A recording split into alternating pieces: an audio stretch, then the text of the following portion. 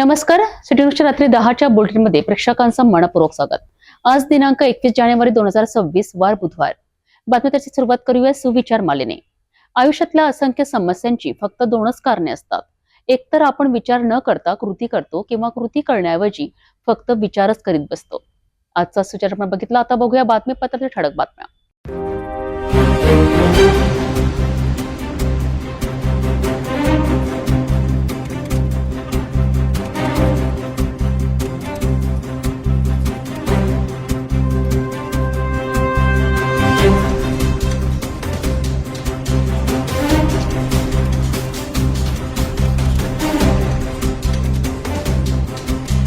आपण ठळक बातम्या बघितला. आता घेऊया छोटासा ब्रेक. शादी और ब्याह की शुरुआत आराधना साड़ी के साथ.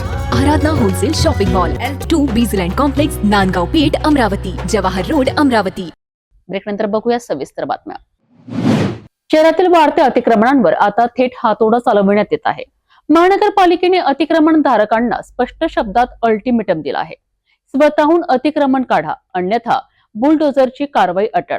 अमरावती शहरात आजपासून महानगरपालिकेची धडक अतिक्रमण हटाव मोहीम सुरू झाली असून अनेक भागात कारवाईला वेग आला आहे. शहरातील अतिक्रमणांची समस्या दिवसेंदिवस गंभीर होत चालली आहे.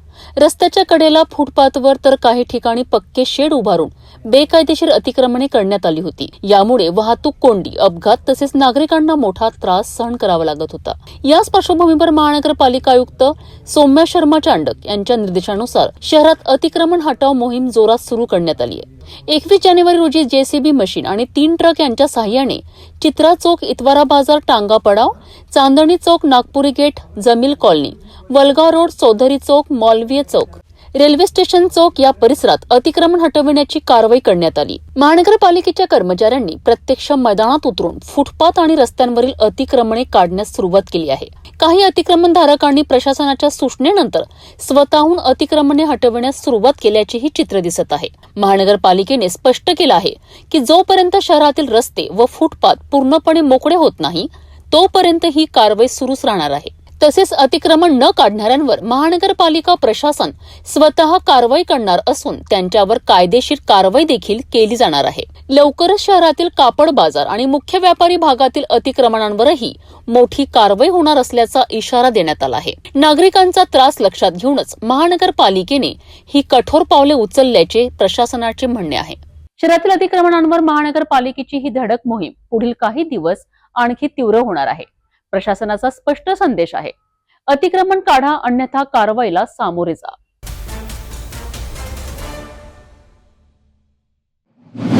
शहराच्या जकात नाका परिसरात एक वेगळंच चित्र पाहायला मिळालंय. अवघ्या 20 वर्षाच्या तरुणाने प्रशासनाविरोधात थेट रस्ता रोको आंदोलन करत महापालिकेच्या दुर्लक्षांकडे संपूर्ण शहराचं लक्ष वेधलं आहे.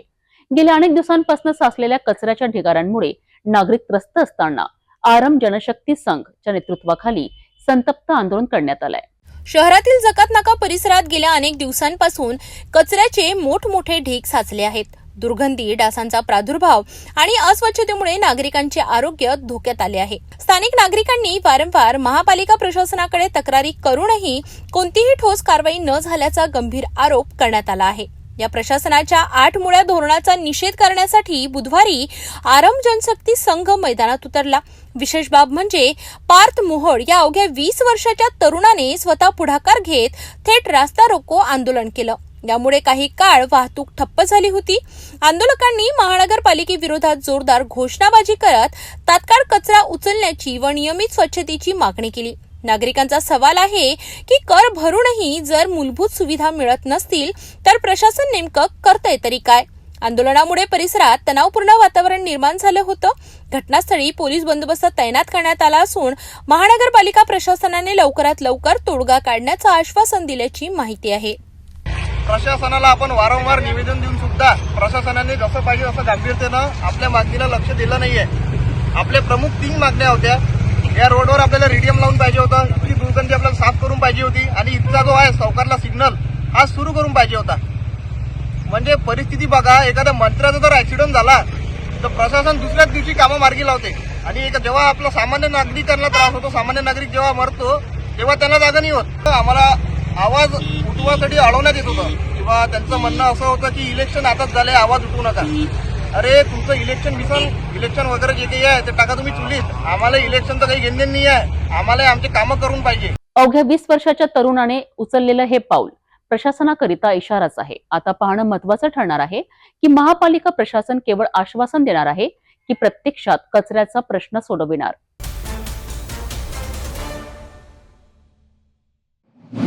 बडनेरा येथील राजेश्वर युनियन हायस्कूलमध्ये आठवणींना उजाळा देणारा भावनिक क्षण अनुभवायला मिळाला आहे. सन 1970 ते 2015 या कालावधीत शिकलेल्या माजी विद्यार्थ्यांचा भव्य स्नेह मेळावा मोठ्या उत्साहात पार पडलाय. 500हून अधिक माजी विद्यार्थ्यांच्या उपस्थितीत हा कार्यक्रम अविस्मरणीय ठरला आहे. मॉडर्न एज्युकेशन सोसायटी बडनेरा द्वारा संचालित राजेश्वर युनियन हायस्कूल व कनिष्ठ महाविद्यालय बडनेरा येथे सन 1970 ते 2015 पर्यंतच्या माजी विद्यार्थींचा स्नेह मेळावा शाळेच्या प्रांगणात अत्यंत उत्साहात पार पडला. या कार्यक्रमाला 500हून अधिक माजी विद्यार्थी, शिक्षक व शिक्षकेतर कर्मचारी मोठ्या संख्येने उपस्थित होते. कार्यक्रमाच्या अध्यक्षस्थानी मॉडर्न एज्युकेशन सोसायटीचे अध्यक्ष अशोक अग्रवाल होते, तर उद्घाटक म्हणून उपाध्यक्ष राजेशजी लड्डा उपस्थित होते. या स्नेह मेळाव्यात अनेक माजी विद्यार्थ्यांनी गीत, कविता, नृत्य तसेच मनोगत सादर करून आठवणींना उजाळा दिला. काही माजी विद्यार्थ्यांनी पुन्हा वर्गातील बाकावर बसून विद्यार्थी जीवनाचा अनुभव घेतला.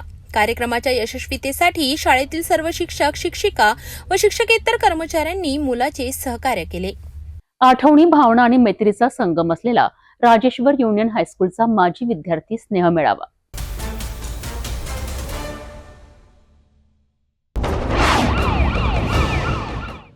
नागपूर शहरात खळबळ उडवणारी एक गंभीर घटना समोर आली आहे. रामझुलाच्या खाली रक्ताने माखलेल्या अवस्थेत एका तरुणाचा मृतदेह आढळून आल्याने परिसरात भीतीचं वातावरण निर्माण झालं आहे. सहाय्यक पोलीस आयुक्त अनिता मोरे यांनी दिलेल्या माहितीनुसार बुधवारी 21 जानेवारी रोजी दुपारी नागपूरच्या रामझुल्याच्या खाली एका तरुणाचा रक्ताने माखलेला मृतदेह आढळून आला. घटनेची माहिती मिळताच पोलिसांनी तात्काळ घटनास्थळी धाव घेतली. मृतदेहाची पाहणी केली असता तरुणाच्या खिशात एक तिकीट सापडले असून त्याच्या आधारे मृतकाची ओळख पटविण्याचे प्रयत्न सुरू आहेत.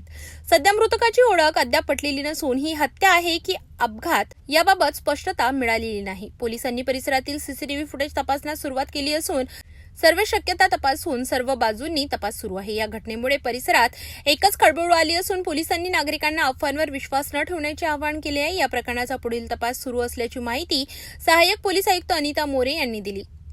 तहसील हद्दीमध्ये रामझुलाच्या पुलाखाली एका गॅरेजच्या जवळ एक मृतक मिळून आलेला आहे आणि त्या मृतकाचं जे ओळख आहे ती अजून पटवण्याचं काम चालू आहे. त्याच्या खिशामध्ये एक प्लॅटफॉर्मचं इतवारीचं तिकीट मिळालेलं आहे आणि आम्ही अजून पुढचे सगळे प्रयत्न करत आहोत. प्रथम मृतकाची ओळख पटल्यानंतर पुढचं इन्व्हेस्टिगेशन सोपं जाईल, त्या दृष्टीने आम्ही मृतकाची ओळख पटवण्याचा प्रयत्न करत आहोत. अजून आयडेंटिफिकेशन सगळं चालू आहे. FSL टीम आलेली आहे आणि त्यांचं सगळं काम चालू आहे. रामझुला परिसरात घडलेल्या या घटनेने शहर हादरले आहे.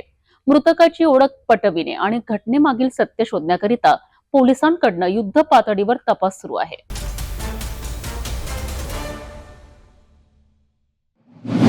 वाठोडा पोलीस ठाण्याच्या हद्दीतून एक धक्कादायक आणि खळबळजनक घटना समोर आली आहे. 21 जानेवारी रोजी दुपारी 3 वाजताच्या सुमारास मिळालेल्या माहितीनुसार एका युवकाचा संशयित मृत्यू झाल्याची घटना उघडकीस आली असून या घटनेमुळे संपूर्ण परिसरात एकच खळबळ उडाली आहे. या युवकाजवळ सुसाईड नोट सापडली असली तरी मृतकाच्या नातेवाईकांनी थेट हत्येचा आरोप केल्याने या प्रकरणाला वेगळेच वळण मिळाले आहे. 21 जानेवारी रोजी दुपारी 3 वाजताच्या सुमारास वाठोडा पोलीस ठाण्याच्या हद्दीत एका युवकाचा संशयास्पद मृत्यू झाल्याची माहिती पोलिसांना मिळाली. माहिती मिळताच वाठोडा पोलीस घटनास्थळी दाखल झाले. मृतदेह ताब्यात घेऊन पंचनामा करण्यात आला. घटनास्थळावर मृतकाच्या जवळ एक सुसाईड नोट आढळून आल्याने प्रथमदर्शनी आत्महत्येचा संशय व्यक्त केला जात आहे. मात्र या प्रकरणाला वेगळे वळण तेव्हा मिळाले जेव्हा मृतकाच्या नातेवाईकांनी थेट एका नातेवाईकावर हत्या केल्याचा गंभीर आरोप केला. नातेवाईकांच्या म्हणण्यानुसार मृत युवकावर मागील काही दिवसांपासून मानसिक आणि शारीरिक छळ सुरू होता. हा मृत्यू आत्महत्या नसून नियोजनबद्ध हत्या असल्याचा दावा कुटुंबियांनी केलाय. मैं भीमराव शरणागत, मुक्काम डोंगरी। हम यहाँ पे पोस्टमार्टम के लिए आए हैं। हमारे काका भाई सागर बंडू जी शरणागत, इनका कल सुसाइड का फोटो आई थी, तो उसने सुसाइड नहीं किया है, वो एक मर्डर हुआ है उसका। और इसमें निष्पक्ष पुलिस स्टेशन वाटोड़ा निष्पक्ष जांच करे और जो दोषी है इसमें उन पे कार्रवाई हो, क्योंकि उनके पत्नी के साथ पूनम सुनील जी रेनाई थे, इनके साथ वाद चालू था और उसको 2-4 बार मारा भी गया था।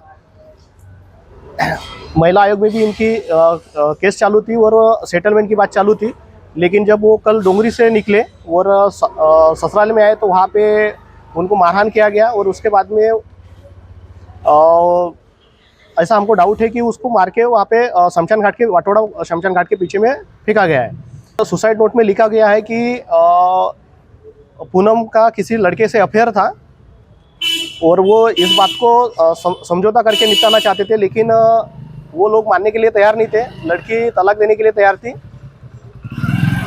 उसके बाद में हमारे परिवार की तरफ से कि ये बैठ के सॉल्यूशन करेंगे, लेकिन ऐसा कुछ हुआ नहीं। और वो बच्चा बहुत सादा था, कोई शौक नहीं था उसको, सिंपल लड़का था और उसका मर्डर किया गया है। तो हम वाटोड़ा पुलिस स्टेशन से रिक्वेस्ट करते हैं और विनंती करते हैं कि निष्पक्ष जांच करें और कारवाई पे दोषियों पे कारवाई करें। दरम्यान पोलिसांनी सुसाईड नोट ताब्यात घेऊन त्याची तपासणी सुरू केली असून मृत्यूमागील नेमके कारण शोधण्यासाठी सर्व बाजूंनी तपास सुरू केला जात आहे।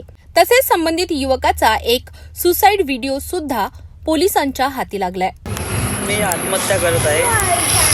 नैनावर मी आत्महत्या करत आहे। नैनानं माझ्यावर खूप खोटे आरोप लावले आहे। मी नैना माझ्या शिवाय जगू शकत नाही। तो मेरे को डोंगरी में बीच में मिला, उसका आवाज दे दिया, बोला क्या हुआ, मुझे बंदू ने बोला था, तू समझा करके। माझ्या नैनावर पूर्ण भरोसा आहे। नैना तशी मुलगी नाही आहे। नैना गलत नाही आधी होती, नाही समोर पण राहणार। कारण नैनाला मी एवढं समजावत होतो, मी तर माझी नैनाची फिकर होती मला, म्हणून मी नैनाला म्हणत होतो, नैना कोई भी लड़का अच्छा नहीं रहता रे, आगे वाला लड़का का इरादा क्या है क्या नहीं वो तुम्हें पता नहीं है, हे समजत होतो मी नैनाला। पण हे नैनाला मी रूमवर समजू शकलो असतो, पण आमच्या दोघांचं भांडण झालं असतं, म्हणून मी नैनाला वाटोळ्याला नेलं होतं ना। दुसरी गोष्ट, नैनानं प्रेम केलं का नाही माहीत नाही, पण मी तिच्यावर खूप प्रेम करतो ना, आताही करत आहे। नैना माझ्या आयुष्यातली पहिली मुलगी होती आणि लास्ट पण तीच राहणार।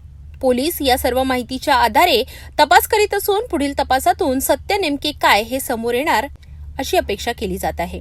यावेळी मृतकाच्या नातेवाईकांनी संबंधित नातेवाईकांवर युवकाची हत्या केल्याचा आरोप केलाय। एकीकडे सुसाईड नोट तर दुसरीकडे नातेवाईकांकडनं हत्येचा आरोप, त्यामुळे वाटोडा परिसरातील हा मृत्यू अनेक प्रश्न उपस्थित करीत आहेत। या प्रकरणाचा पुढील तपास सुरू असून पोलिसांच्या तपासातून काय निष्पन्न होते याकडे सर्वांचे लक्ष लागले आहे।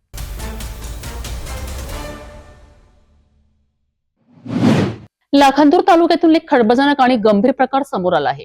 अनुसूचित जातींच्या विकासाकरिता असलेल्या शासकीय योजनेत थेट भ्रष्टाचाराचा आरोप करण्यात आला असून पशुवैद्यकीय विभागातील डॉक्टर आणि खासगी पुरवठाधारकांच्या मिलीभगतीचा पर्दाफाश झाल्याचा दावा लाभार्थ्यांनी केला आहे।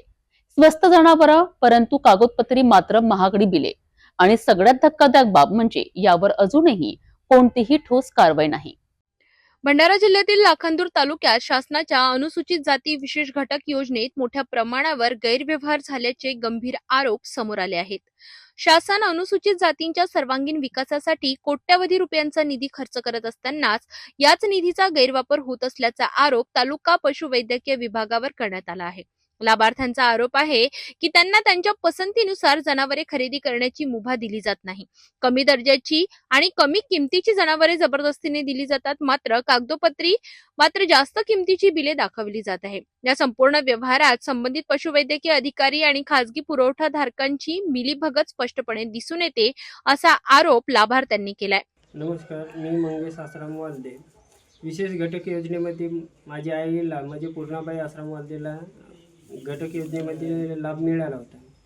आम्हाला लाभ मिळाल्यामुळे आम्ही बाजारात गेलो होते, वैद्यकीय अधिकाऱ्याने आम्हाला बोलावलं होते बाजाराला यायला।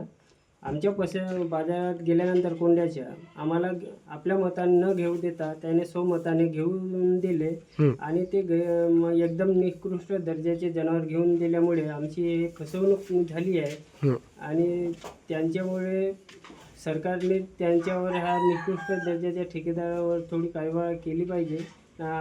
त्या लाभार्थ्याला व्यवस्थित लाभ मिळाला पाहिजे हीच आमची मागणी आहे।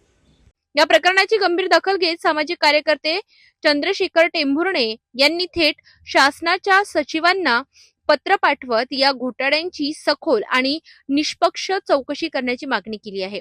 जर दोषी डॉक्टर आणि पुरवठाधारकांवर कठोर कारवाई झाली नाही तर तीव्र आंदोलन छेडण्याचा इशारा देखील देण्यात आला आहे. शासन एकीकडे गरीब आणि वंचित घटकांच्या विकासासाठी योजना राबवत असताना याच योजनांवर अधिकारीच डल्ला मारत असतील तर सामान्य नागरिकांनी न्याय कुणाकडे मागायचा हा प्रश्न आता उपस्थित होत आहे. संपूर्ण भंडारा जिल्ह्याचे लक्ष आता शासनाच्या पुढील भूमिकेकडे लागले आहे. तर आमची मागणी आम्ही महाराष्ट्राच्या सचिवांना, पशुसंवर्धन विभागाचे जे सचिव आहेत त्यांना पत्र लिहिला की बा या योजनेमध्ये मागासवर्गीय लोकांची फार मोठी फसगत होत आहे.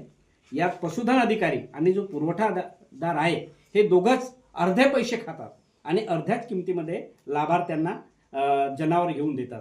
त्यामुळं माझी मागणी आहे की याची चौकशी झाली पाहिजे आणि हा जो भ्रष्टाचार करणारे लाखो रुपयाचा भ्रष्टाचार या तालुक्यामध्ये पशुधन अधिकारी आणि पुरवठादार या दोघांनी केलेला आहे, तर यांच्यावर कारवाई करावी.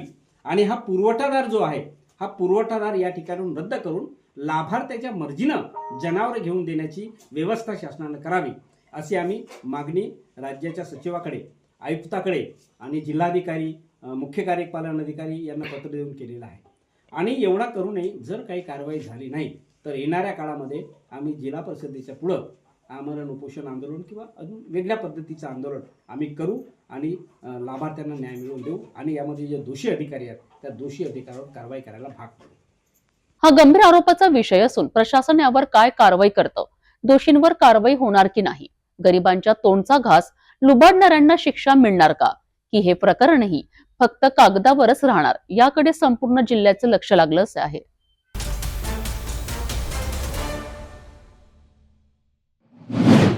यवतमाळ येथे उभारण्यात येणाऱ्या सत्यसाई हॉस्पिटलच्या भूमिपूजनाचा सोहळा मोठ्या उत्साहात पार पडलाय. भारताचे महान क्रिकेटपटू आणि भारतरत्न सन्मानित सुनील गावस्कर यांच्या हस्ते हा भूमिपूजन सोहळा संपन्न झालाय. गरिबांकरिता मोफत व दर्जेदार आरोग्य सेवा देणाऱ्या या हॉस्पिटलमुळे यवतमाळ जिल्ह्यात आरोग्य व्यवस्थेला नवे बळ मिळणार आहे. यवतमाळ शहराजवळील किन्ही ग्रामपंचायत हद्दीत उभारण्यात येणाऱ्या सत्यसाई हॉस्पिटलच्या भूमिपूजनाचा सोहळा बुधवारी भक्तिभावात आणि उत्साहात पार पडला. या कार्यक्रमासाठी देशातील नामवंत माजी क्रिकेटपटू व भारतरत्न सन्मानित सुनील गावस्कर यांची प्रमुख उपस्थिती होती. भूमिपूजनाच्या वेळी धार्मिक विधी, मंत्रोच्चार आणि पारंपरिक पद्धतीने कार्यक्रम पार पडला. यावेळी बोलताना सुनील गावस्कर यांनी सत्यसाई संस्थेच्या मानवतावादी कार्याचे विशेष कौतुक केले. ग्रामीण, आदिवासी तसेच गरीब रुग्णांसाठी हे हॉस्पिटल आरोग्य सेवेचा मोठा आधार ठरेल असा विश्वास त्यांनी व्यक्त केला. सत्यसाई संस्थेमार्फत देशभरात मोफत आणि अत्याधुनिक वैद्यकीय सेवा दिली जात असून लाखो रुग्णांना त्याचा लाभ मिळत असल्याचे त्यांनी नमूद केले. या हॉस्पिटलमध्ये भविष्यात अत्याधुनिक वैद्यकीय सुविधा, तज्ञ डॉक्टरांची सेवा, गरीब व गरजू रुग्णांसाठी मोफत उपचार उपलब्ध करून दिले जाणार असे सांगण्यात आले. कार्यक्रमाला सत्यसाई संस्थेचे पदाधिकारी, स्थानिक लोकप्रतिनिधी, प्रशासनातील अधिकारी, सामाजिक कार्यकर्ते तसेच मोठ्या संख्येने नागरिक उपस्थित होते. या महत्वाकांक्षी प्रकल्पामुळे यवतमाळ जिल्ह्यातील नागरिकांना मोठा दिलासा मिळणार आहे. यही आशा करता हूं कि ये जो हॉस्पिटल बनेगा, मदर एंड चाइल्ड सेंटर बनेगा, वो एक ऐसा मदर एंड चाइल्ड सेंटर बनेगा जिससे आगे जाकर बच्चों की दिल की जो इलनेस है वो बहुत बहुत कम होती जाएगी, क्योंकि बच्चे हमारा फ्यूचर है और जब हम बच्चों का ख्याल रखेंगे तो हमारा देश भी आगे बढ़ेगा. यवतमाळसाठी आरोग्य क्षेत्रात एक ऐतिहासिक पाऊल ठरणाऱ्या या सत्यसाई हॉस्पिटलमुळे हजारो गरजू रुग्णांना मोफत आणि दर्जेदार उपचार मिळणार आहेत. यवतमाळ जिल्ह्यासाठी ही एक अत्यंत सकारात्मक आणि दिलासादायक घडामोड आहे.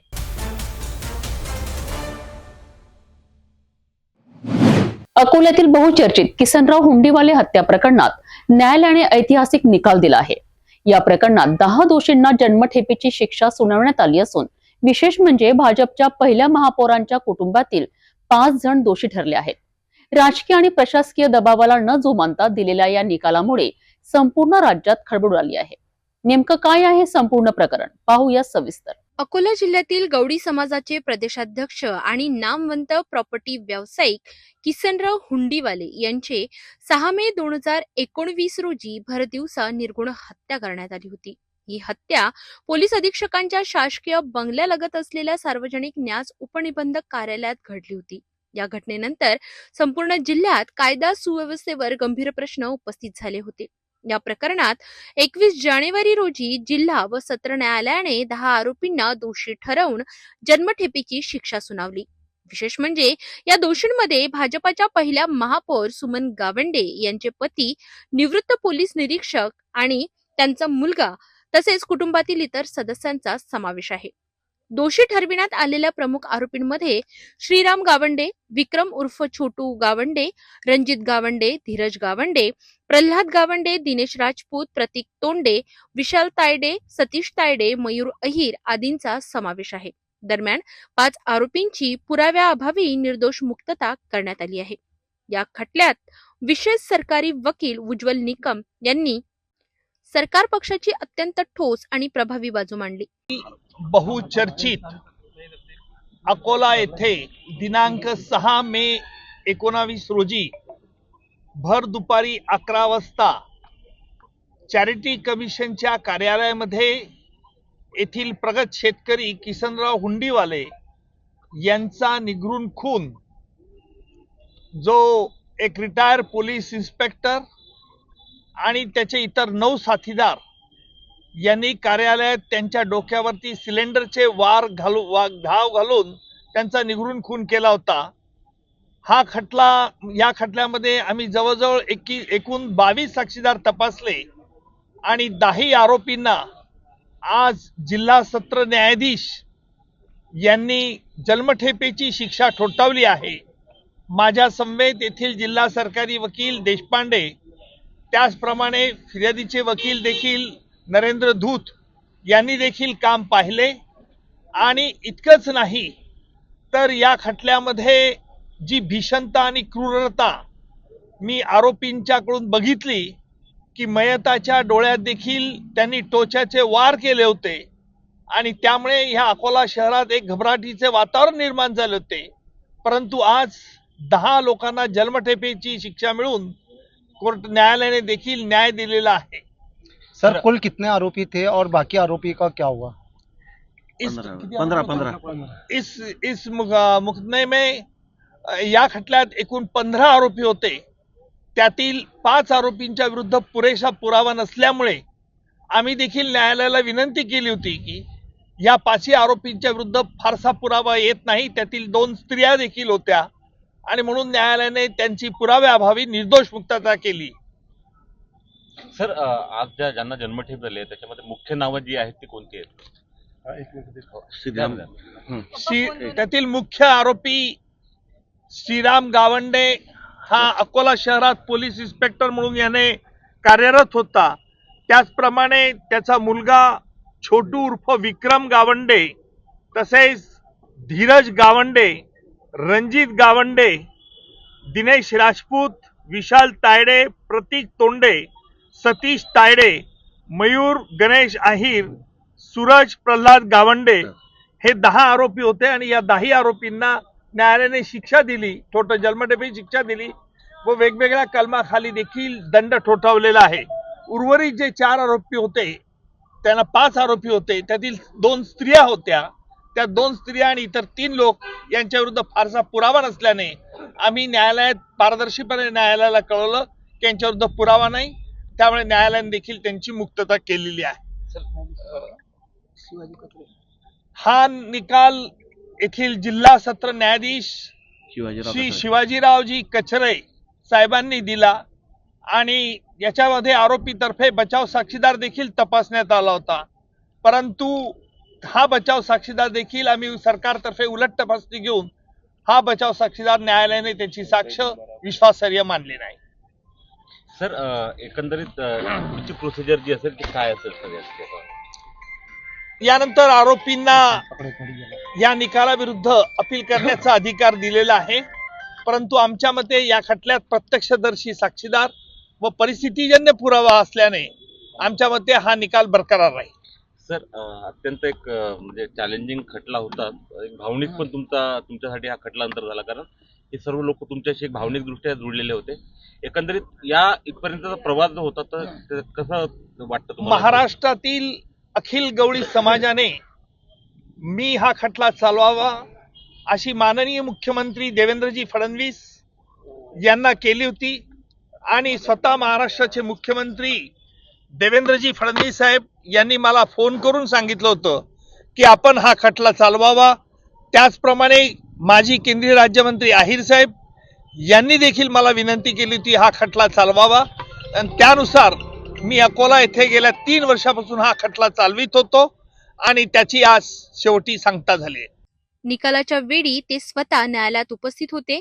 तक्रारदार प्रवीण हुंडीवाले यांची प्रतिक्रिया की आम्हाला न्याय मिळाला आहे, ज्यांनी हत्या केली त्यांना शिक्षा झाली याचे आम्हाला समाधान आहे. या निकालामुळे अकोल्यातच नव्हे तर संपूर्ण राज्यात कायद्यापुढे कोणीही मोठं नाही हा ठाम संदेश गेलाय. शिक्षा सुनावलेली आहे, समाधानी आहे. कसा प्रकार होता संपूर्ण? दिनांक 6/5/2019 माझ्या वडिलांचा निर्गुण खून करण्यात आला होता न्यास नोंदणी कार्यालय येथे. त्याबाबत आम्ही माननीय मुख्यमंत्री साहेब देवेंद्रजी फडणवीस साहेब यांना समाजामार्फत निवेदन दिले होते की आम्हाला माननीय उज्ज्वल निकम साहेब यांची नियुक्ती करण्यात यावी. त्यांनी हा खटला संपूर्णपणे व्यवस्थित चालवून आम्हाला आज न्याय दिला आहे. त्याबाबत मी त्यांचा खूप आभारी आहे. माननीय न्यायाधीश साहेब शिवाजी कशर साहेब यांनी आम्हाला न्याय दिला आहे. त्याबाबत मी त्यांचासुद्धा खूप आभारी आहे. उज्ज्वल निकम साहेबांचा खूप खूप आभारी आहे. राजकीय प्रभाव, प्रशासकीय पार्श्वभूमी आणि दबाव असतानाही न्यायालयाने दिलेला हा निर्णय न्यायव्यवस्थेवरील विश्वास अधिक बळकट करणारा ठरतो आहे.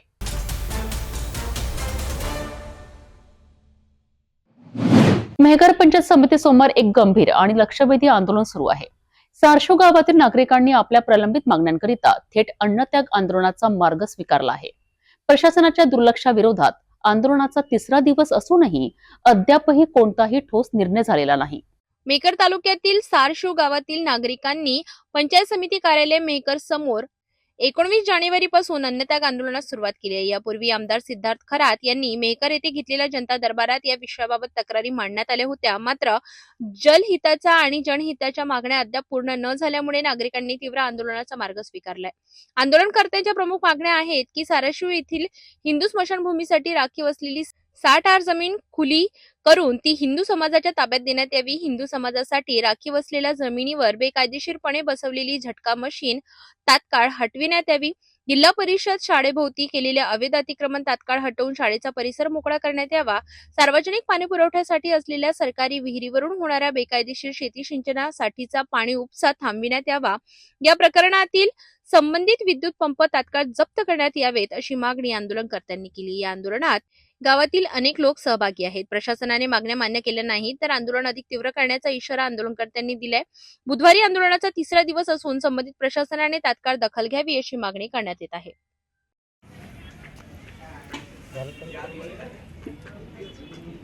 आज मेहकर तालुक्यातील सारशू येथील काही गावातील नागरिक या ठिकाणी पंचायत समितीसमोर काही समस्येसाठी आंदोलन करत आहेत. आपण त्याच्याशी चर्चा देखील करणार आहोत. दादा, तुम्ही आंदोलन करता याच्या मागचं कारण काय नेमकं? सर्वांना माझा क्रांतिकारी जय भीम जय शिवराय. काल दिनांक 19 तारखेला आम्ही काल 3 जण आम्ही सारशूचे रहिवासी आहोत. त्यामध्ये मी स्वतः परवीन राजगुरू, आमचे सहकारी मित्र पंकज भाई वाहक आणि पत्रकार मनीष भाऊ जाधव. आम्ही कालपासून येथे अन्नत्याग आंदोलन करत आहोत. कारण यामध्ये आमच्या प्रमुख्याच्या गाव जनहिताच्या ज्या काही मागण्या आहेत ह्या आम्ही जो जनता दरबार झाला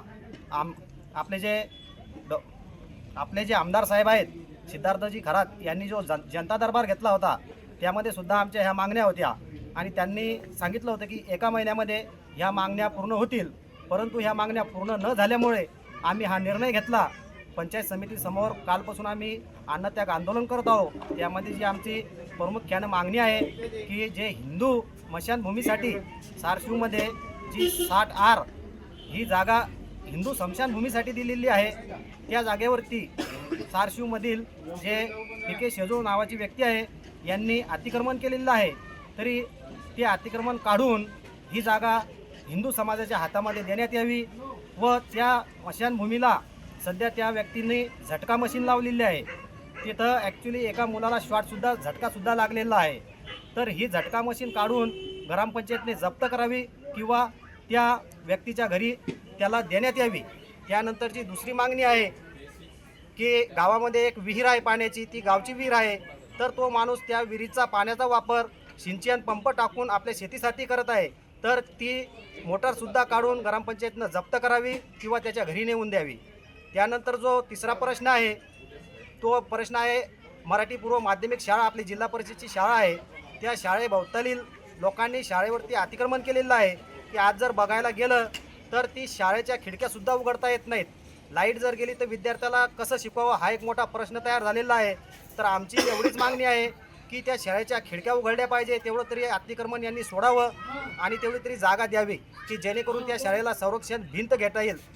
एक सांगायची लाजीरवाणी बाब आहे, त्या शाळेवरती रात्रीच्या टायमाला नको ते प्रकार घडतात. ज्यावेळेस मी शाळा समितीचा अध्यक्ष होतो त्यावेळेस माझ्या हातानं मी तिथलचे कंडोमचे पाकिट उचललेले आहे. त्यामुळं खरोखर या शाळेला संरक्षण भिंतीची खूप गरज आहे. तर हा सुद्धा विषय आम्ही आमदार साहेबाच्या कानावरती टाकला. आमदार साहेब बोलले होते की मी नवीन वर्षानिमित्त सारशिवमध्ये पाहणी करायला येतो, परंतु ते अद्यापही आले नाही. असे करता करता 3 महिने गेले. तर माझी शासनाला एवढीच विनंती आहे की आमच्या मागण्या लवकरात लवकर पूर्ण करून आम्हाला न्याय द्यावा. जय भीम, जय संविधान. या अगोदर जनता दरबार झाला होता आमदार सिद्धार्थ खरात साहेबचा. यामध्ये तुम्ही काही प्रश्न मांडले होते, त्याबद्दल काही अपेक्षा पूर्ण झाली का? नाही, आम्ही एकूण जनता दरबारामध्ये जो झाला होता तिथे 18 तक्रारी दिलेल्या होत्या. सर्व एकही स्वतःचा विषय नसून सगळे जे नेत्याचे विषय असून त्या 18 तक्रारीपैकी एकही तक्रार आतापर्यंत पूर्ण झालेली नाही. सारशिव गावातील जनहिताच्या मागण्यांकरिता प्रशासनाने दुर्लक्ष केल्यास परिस्थिती अधिक गंभीर होण्याची शक्यता आहे. आता प्रशासन कोणती भूमिका घेते याकडे संपूर्ण तालुक्याचे लक्ष लागले आहे.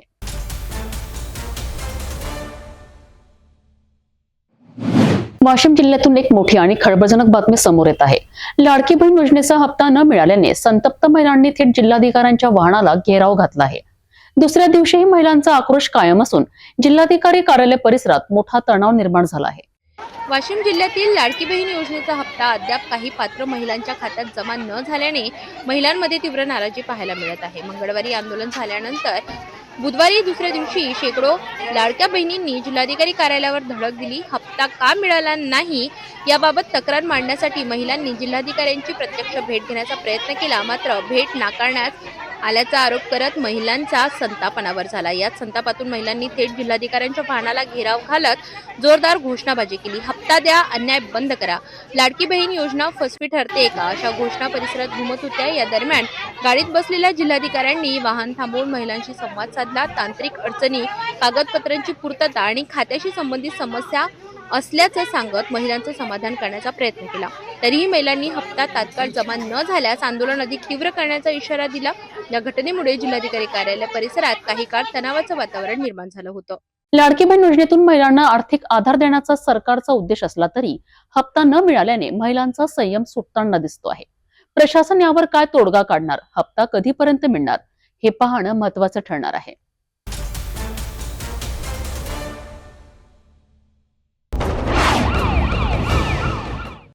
कारंजा तालुक्यातून एक धक्कादायक आणि संतापजनक वास्तव समोर येत आहे. गरिबांच्या ताटात जाणारा रेशनचा तांदूळ काळ्या बाजारात विकला जातोय आणि विशेष म्हणजे या संपूर्ण तस्करीला थेट प्रशासनाचा आशीर्वाद मिळतोय असा गंभीर आरोप होत आहे. रात्री ट्रक, दिवसा ऑटो, रेशन तस्करीचा अक्षरशः हायवे तयार झालाय. वारंवार तक्रारी करूनही यंत्रणा गप्प आहे. अखेर एका सुशिक्षित बेरोजगाराने प्रशासनालाच आरसा दाखवणारे पत्र लिहिले आहेत. कारंजातील रेशन माफियांचा हा सिंडिकेट नेमका काय आहे आणि प्रशासन खरंच मूक प्रेक्षक आहे का, हा आमचा आहे विशेष रिपोर्ट. कारंजा तालुका धान्याच्या कोठारांसाठी ओळखला जाणारा भाग आज मात्र रेशन माफियांच्या हैदोसामुळे बदनाम होताना दिसतोय. कारंजात, धनज आणि कामरगाव परिसरात दर एक दिवसाआड तब्बल 35 ते 40 टन रेशनचा तांदूळ काळ्या बाजारात तस्करी केल्या जात असल्याचा धक्कादायक दावा करण्यात आला आहे. रात्री 2 ते 4 च्या दरम्यान मोठे ट्रक संभाजीनगर, नागपूर महामार्गावरून गोंदिया आणि गडचिरोलीकडे रवाना होतात, तर दिवसा कामरगाव परिसरातून दररोज 3 ते 4 ऑटो भरून रेशनची छुपी वाहतूक सुरू असते. या संपूर्ण गोरखधंद्यातून दररोज जवळपास 20 लाख रुपयांची उलाढाल होत असल्याचा आरोप तक्रारदार अक्षय प्रभाकरराव लोटे यांनी केली आहे. 24 जानेवारी 2025 रोजी 20 टन तांदळाच्या साठ्याची अचूक माहिती गुगल मॅप लोकेशनसह पुरवठा अधिकाऱ्यांना देण्यात आली. मात्र 5:30 वाजेपर्यंत कोणतीही छापेमारी झाली नाही. उलट ही माहिती थेट माफियांपर्यंत पोहोचवून साठा हलविण्यासाठी वेळ दिल्याचा गंभीर आरोप पत्रात करण्यात आलाय. पुरवठा विभाग आणि पोलीस प्रशासन या संपूर्ण तस्करीकडे डोळे झाक करत असल्याचा आरोप आता उघडपणे केला जातोय. प्रशासनाच्या निष्क्रियतेला कंटाळून 15 जानेवारी 2026 रोजी पुन्हा दुसरी तक्रार देण्यात आली. जर रेशनची तस्करी गुन्हा नसेल तर तालुक्यातील इतर सुशिक्षित बेरोजगारांनाही हा व्यवसाय करण्यासाठी लेखी परवानगी द्या, अशी उपरोधिक मागणी त्यांनी केली आहे. हा संताप नाही तर व्यवस्थेवरचा थेट आरोप आहे. कारंजातील रेशन माफियांचा हा सगळा प्रकार अनेक गंभीर प्रश्न उपस्थित करतोय. पुराव्यांसह माहिती देऊनही छापेमारी का होत नाही? पोलीस आणि पुरवठा विभाग खरंच मूकसंमती देत आहे का, की या सगळ्या तस्करी मागे मोठे राजकीय प्रशासकीय संरक्षण आहे? या प्रश्नांची उत्तर आता प्रशासनालाच द्यावी लागणार आहेत.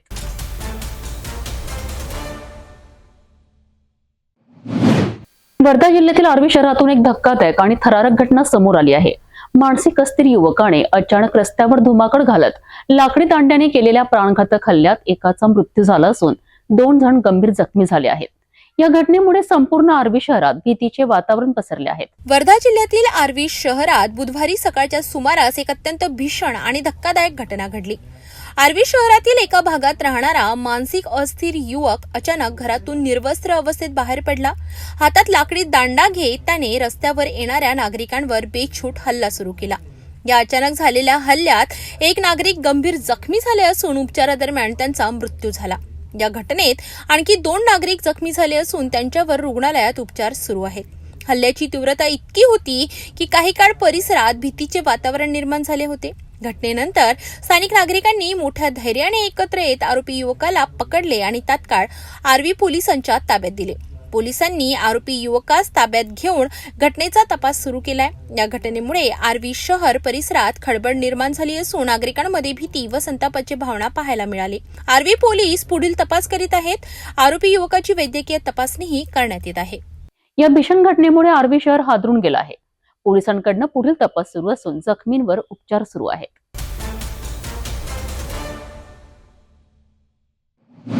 रावेर तालुक्यातील वाघोड गावात भक्ती, नामस्मरण आणि हरिनामाच्या गजरात संपन्न झालेल्या श्रीमद भागवत कथा व अखंड हरिनाम सप्ताहाची सांगता आज भव्य दिंडी सोहळ्याने झाली आहे. धर्मनाथ बीज सोहळ्यानिमित्त आयोजित या धार्मिक महोत्सवात हजारो भाविक सहभागी झाले होते. धर्मनाथ बीज सोहळ्यानिमित्त रावेर तालुक्यातील वाघोड गावात श्री कुंवर स्वामी महाराजांचे भक्त परमपूज्य जोगडताई महाराज यांच्या प्रेरणेने वाघोड भजनी मंडळ व समस्त ग्रामस्थांच्या वतीने संगीतमय श्रीमद भागवत कथा व अखंड हरिनाम सप्ताहाचे आयोजन करण्यात आले होते. या धार्मिक सोहळ्यात कथा प्रवक्ते हरिभक्त पारायण दीपक महाराज निंभोरा सीम यांच्या अमृतवाणीतून श्रीमद भागवत कथेचे रसाळ वाचन करण्यात आले. सप्ताह काळात दररोज काकडा आरती, हरिपाठ, भागवत कथा, रात्री श्री हरिकीर्तन असे विविध धार्मिक कार्यक्रम मोठ्या भक्तिभावाने पार पडले. या सप्ताहात राज्यातील विविध नामवंत कीर्तनकारांनी आपल्या कीर्तनातून भाविकांना मंत्रमुग्ध केले. बुधवारी सकाळी मुक्ताई संस्थान येथील हबप रवींद्र महाराज हरणे यांच्या काल्याचे कीर्तन मोठ्या भक्तिभावात पार पडले. काल्याच्या कीर्तनानंतर भाविकांना प्रसादाचे वितरण करण्यात आले आणि त्यानंतर सायंकाळी नगर भोजनाचा महाप्रसाद आयोजित करण्यात आला. सायंकाळी गावातील मुख्य मार्गावरून टाळ मृदंगाच्या गजरात भव्य दिंडी सोहळा काढण्यात आला. या दिंडीत पुरुष, महिला, युवक आणि लहान मुले हातात टाळ घेऊन हरिनामाचा जयघोष करत सहभागी झाले. महिला मंडळींनी रस्त्यावर आकर्षक रांगोळ्या काढून पालखीची शोभा अधिक खुलवली. दिंडी सोहळ्यानंतर कथा मंडपात भारुडाचा कार्यक्रम पार पडला आणि या संगीतमय भक्तिमय सोहळ्याची सांगता करण्यात आली. या संपूर्ण सोहळ्याच्या यशस्वीतेसाठी वाघोड समस्त भजनी मंडळ आणि समस्त ग्रामस्थांनी अथक परिश्रम घेतले. भक्तिमय वातावरणात दिंडी सोहळ्याने श्रीमद भागवत कथा आणि हरिनाम सप्ताहाची सांगता झाली आहे. वाघोड गावात पुन्हा एकदा भक्ती, एकता आणि संस्कृतीचा सुंदर संगम पाहायला मिळालाय.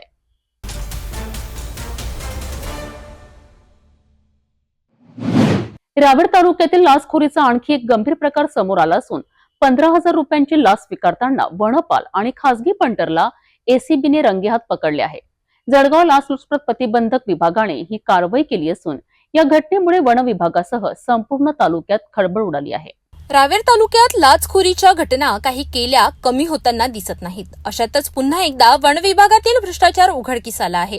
रावेर तालुक्यातील वनपाल राजेंद्र अमृत सरदार आणि खासगी पंटर दीपक रघुनाथ तायडे यांना 15,000 रुपयांची लाच स्वीकारताना जळगाव एसीपी पथकाने अटक केली आहे. तक्रारदार हे यावल वन विभागाअंतर्गत जिन्सी तालुका रावेर येथील वनक्षेत्रात वनरक्षक पदावर कार्यरत होते.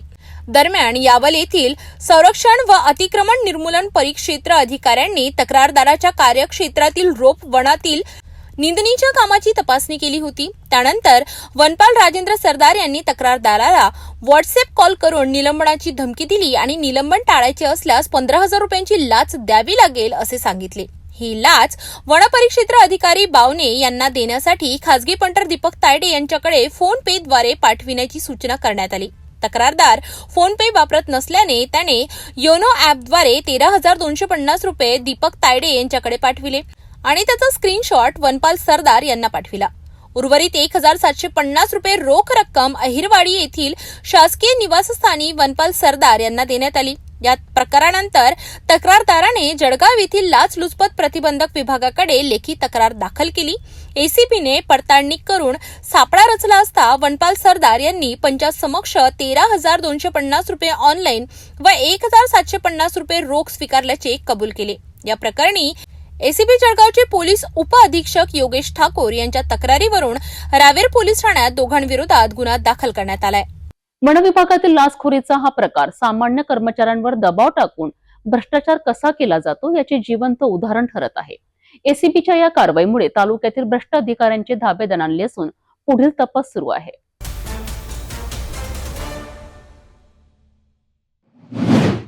धावडा गावातून एक सकारात्मक आणि प्रेरणादायी बातमी समोर येत आहे. भोकरदन तालुक्यातील धावडा येथे ग्रामपंचायतीच्या वतीने सामाजिक बांधिलकी जपत 75 अपंग नागरिकांना किराणा किटचे वाटप करण्यात आले. या उपक्रमामुळे गरजू अपंग लाभार्थ्यांच्या जीवनात थोडा दिलासा मिळाल्याचे चित्र पाहायला मिळालेत. भोकरदन तालुक्यातील धावडा गावात ग्रामपंचायतीच्या वतीने एक स्तुत्य आणि समाजोपयोगी उपक्रम राबविण्यात आला. गावातील आर्थिकदृष्ट्या दुर्बल व अपंग नागरिकांना दैनंदिन जीवनात मदत मिळावी या उद्देशाने 75 अपंग लाभार्थ्यांना किराणा किटचे वाटप करण्यात आले. या उपक्रमाचा शुभारंभ ग्रामपंचायतीच्या सरपंच गंगूबाई बोराडे आणि उपसरपंच इक्बाल खान पठाण यांच्या शुभ हस्ते करण्यात आला.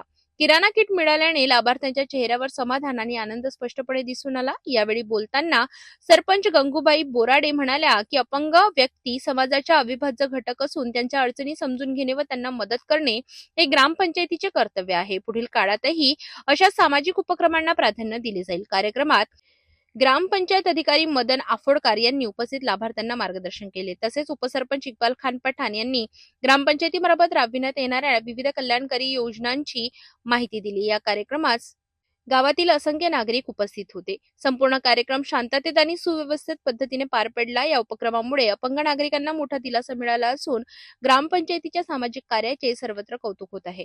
मी इक्बाल खा अक्रम का पठाण उपसरपंच धावडा आज रोजी आमच्या धावडा ग्रामपंचायत मध्ये अपंग लोकांना सौ गंगूबाई तुकाराम बोराडे यांच्या हस्ते ग्राम निधीतून जे 5% निधी जमा होतो ते निधीतून आम्ही 75 लोकांना किराणा किट वाटप केलेलं आहे. आणि ते लोकांना काही ना त्यांना हातभार लागतील अशा हिशोबाने आम्ही त्यांचा निर्णय घेतला आणि ते त्यांना जो वाटप करून दिलेला आहे. ग्रामविकास अधिकारी मदन ओफळकर ग्रामपंचायत धावडा तालुका भोकरदन येथे आज आम्ही ग्रामपंचायत धावडा कार्यालयामध्ये धावडा येथील सर्व जे दिव्यांग बंधू आहे त्या दिव्यांग बंधूसाठी ग्रामपंचायतने जो स्वनिधीमधून 5% निधी वाटप करायचा असतो तो सन 2023-24 ते सन 2025-26 पर्यंत आम्ही सर्व 75 लोकांना किराणाची एक किट आज वाटप केलेली आहे. आणि या किटमुळे त्यांच्या जीवनामध्ये आनंद फुलेल आणि त्यांनी स्वखुशीने एकदम खुश होऊन या किटचा स्वीकार केलेला आहे. धावडा ग्रामपंचायतीचा हा उपक्रम केवळ मदतीपुरता मर्यादित नसून समाजात माणुसकी आणि एकोपाची भावना निर्माण करणारा ठरणार आहे. असा सामाजिक उपक्रमांमुळे ग्रामीण भागात सकारात्मक बदल घडत असल्याचे चित्र स्पष्टपणे दिसून येत आहे. जाता जाता पुन्हा एकदा आजच्या ठळक बातम्या.